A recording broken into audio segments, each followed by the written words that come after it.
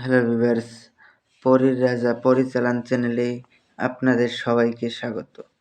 তো থাম্বনেলে দেখতে পেরেছেন যে ৪১ বার মন্ত্র পড়ে দৌলত পরী হাজির করার সহজ উপায় নিয়ে হাজির হয়েছি এবং এই পরী আপনার সঙ্গে আজীবন বন্ধুরূপে সারা জীবন আপনার সঙ্গে আপনার বাধ্যগত হয়ে থাকবে।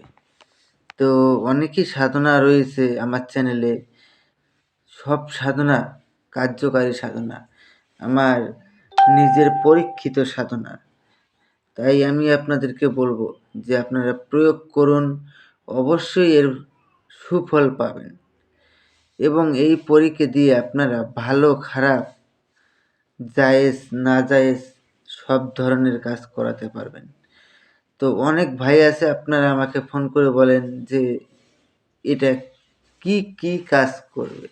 দেখুন, এটার ব্যাখ্যা করা তো সম্ভব নয়, আপনাদেরকেও বুঝতে হবে এটার ব্যাখ্যা করা সম্ভব নয়। ভালোরও শেষ নেই, খারাপেরও শেষ নেই।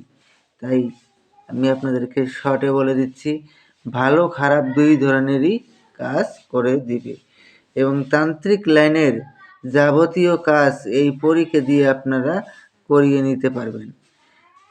তো এই পরীকে দিয়ে আপনারা লটারি নাম্বারও জানতে পারবেন। আর এটা যদি নিজেরা প্রয়োগ করতে না পারেন, চালান করে নিতে যান, স্ক্রিনে দেওয়া নাম্বারে আপনারা আমার সঙ্গে যোগাযোগ করে নেবেন। তো আর বেশি কথা বাড়াবো না, মূল কথায় ফিরে আসি। এটার জন্য আপনাদেরকে প্রথমত একটা সবুজ রঙের আসন, গোলাপ ফুলের মালা, চামেলি তেলের প্রদীপ, এই কয়েকটা জিনিস আপনারা সংগ্রহ করে নেবেন। আর একটা জালিদার টুপি সংগ্রহ করে নিয়ে এই মন্ত্রটাকে আপনারা মুখস্থ করে নেবেন। ওম নমো বিসমিল্লাহির নমো দৌলত পরি হাজির শাহ, এই মন্ত্রটাকে মুখস্থ করে নিয়ে এটাকে সিদ্ধি করে নেবেন ৩১১ বারে জপ করে। ৩১১ বারে জপ করে সিদ্ধি করে নেওয়ার পরে আপনারা যে কোনো শুক্রবারে আপনাদেরকে এই কাজটা করতে হবে, শুক্রবার রাত ঠিক ১২টার সময়।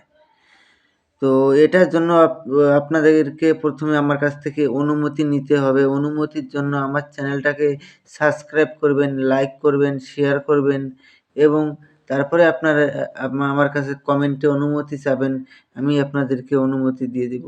অনুমতির জন্য যদি কথা আমি যদি কমেন্টে অনুমতি যদি দিতে নাও পারি, আপনারা অনুমতি চাইলেই অটোমেটিক আপনারা অনুমতি পেয়ে যাবেন। তো আশা করি বুঝতে পেরেছেন।